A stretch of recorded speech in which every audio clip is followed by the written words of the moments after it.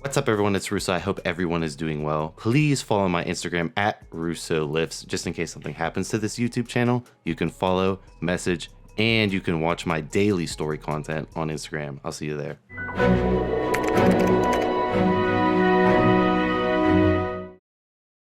What's up, everyone? It's Russo. I hope everyone is doing well. Welcome back to the channel. I appreciate everyone dropping algo comments as well as keeping up with me on Instagram at Russo Lifts. I'm always going to plug that and try and diversify the following off of this high-risk channel because I never know what I'm allowed to and not allowed to post anymore. But moving forward, right, I've been doing all the PD overviews, so please subscribe with the bell on. You still might be randomly unsubscribed from this channel, but at least you went through 2 steps to try and stay subscribed, and I appreciate all the new subscribers that are offsetting the people being randomly unsubscribed unwillingly from my channel. So appreciate all you new guys, and I don't know what's going on here, but anyways, you know, I'm doing the PED overview videos. I hope you guys have enjoyed it. A couple of them popped off. I seriously appreciate everyone who's been helping with the algorithm as far as these are concerned. You know, I try and be the guy that I would like to see on YouTube. Like, if I'm going into a new experiment with an androgen or something, I just want the good, the bad, the ugly, and, you know, what that person noted from personal experience. That's kind of how I'm doing these videos. I'm trying to include a lot more detail than the original ones I did back when I was like 18, 19, right? So I'm redoing a couple of them and trying to get more out there. So today I'm going to be going into my favorite SARM, and I publicly stated this as my favorite SARM as far as bodybuilding abuse goes, right? I made a bunch of overview videos where I go into, you know, the least side effect one, the one best used for HRT theoretically, one that shrinks prostate, and then I covered LGD-3033, which is the one that's being pushed all the way through trials. But as far as one for bodybuilding abuse goes, I love 3303, right? So when we look at 4033, which I'll have Dante link this card above because he will release 4033 first because everyone's been fiending for that video. You know, I go into in that beginning of the video on why 4033 is where it's at in the stage trials, right? Got stage 2 results trial, human trials, right? And people, you know, I got into that argument with that one IFBB Pro who says there's no human data when there is. But anyways, you know, the reason why I got pushed that far because the half-life super long. In a clinical setting, it'd be super easy to keep it stable. With a patient suffering from a muscle wasting disease, right, it'd be super easy to keep that half-life stable.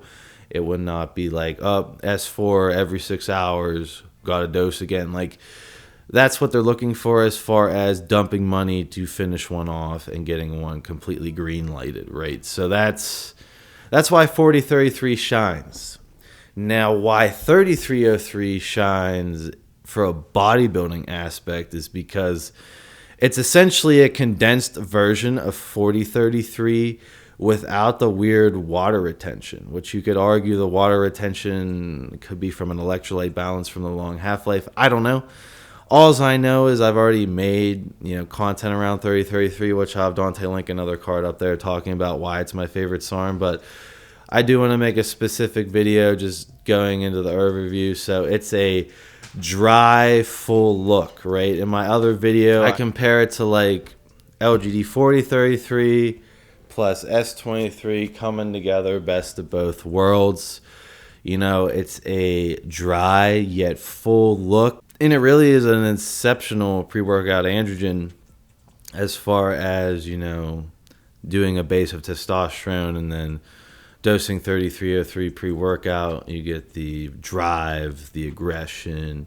It spikes super nice during pre-workout. You really feel the euphoria. And I definitely think it helps me push through my sessions as well as gives me crazy pump, drive, full look. And you don't have to dose it that high. You know, it's very effective at a low dosage.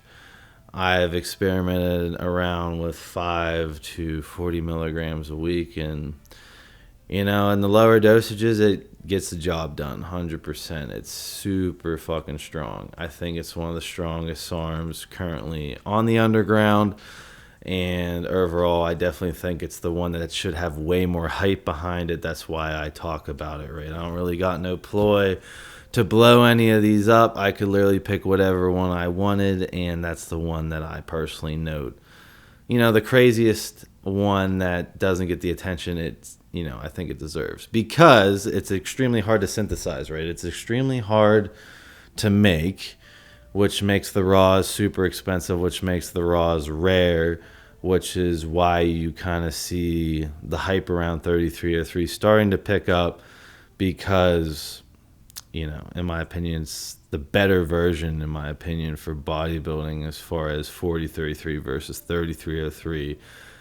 I just think that when it comes to a SARM that's completely comparable to regular orals with still some of the characteristics of SARMs, like meaning that 3303, it doesn't have an estrogen conversion, so it's not going to cause any estrogen-related blood pressure increases or water retention, or you have to add in aromatase inhibitors, which damage the heart to mitigate that. Like, as far as 3303 goes, yeah, it has a higher toxicity profile.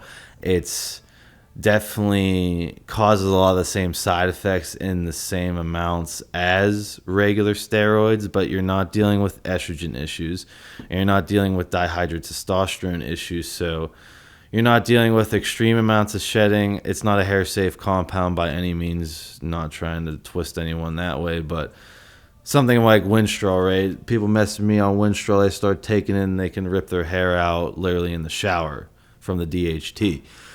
You're not dealing with that, right? You're not dealing with that. It's somewhat selective in the bodybuilding dosages. It's not probably super selective. I'm not trying to fool anyone there either. But when it comes to a pre-workout androgen, that you're not dealing with estrogen issues, you're not dealing with dihydrotestosterone issues, and that you can run for a longer period of time, in my opinion, than a 17-alkylated methylation steroid, you could theoretically get more results out of it. And overall, I love adding it in to a mini blast. I think on a base of test, it shines. It gives probably what you're looking for as far as creating a much more significant blast. And I'm very excited to see what happens to 3303 on the underground as this year moves forward, because just looking around, I see it has caught a lot of steam. I'm not taking credit for that. I think that people will play around with it eventually. It's normally how it goes. I remember when RAD 140 first came out, like, no one wanted to play around with it. And now it's the most popular one. Could argue with 3303 in the future. I definitely want to do LGD-3033 compared to LGD-2226 or whatever the hell it's called. That's the other one that is an LGD family, but I have no experience with that one. But as far as 3303 goes, I definitely think it's one of those ones that if you're a hardcore gear user that's used to the side effects of hardcore gear, and you're looking for a SARM that's like comparable power-wise, you got high dosage LGD 4033, high dosage S23, and the best of both worlds, LGD 3303. LGD 3303 is the one I want to see the more hardcore steroid abusers take a shot in the dark with SARMs with that one, because I feel like they'll be impressed. It's the one that impresses me the most as far as achieving significant blast-like results without looking puffy as shit, which I look puffy as shit on LGD 4033. That doesn't happen with 3303. And the puffiness is a deal breaker for me with the 4033, despite the insane results I've gotten from injectable 4033. I just, the puffiness. Doesn't matter how many carbs I eat. That's a completely electrolyte issue that I kind of solve with tomato juice, supplementing tons of potassium, but my face would look, if I was on LGD 4033 right now and didn't eat anything for 3 days and then got on this camera, my face would be mooned out. With 3303, that doesn't happen. So hope you guys learned something. Again, there's not much clinical data at all with 3303, so this is like more personal experiences. So please comment yours down below, and I will see you guys in my next video.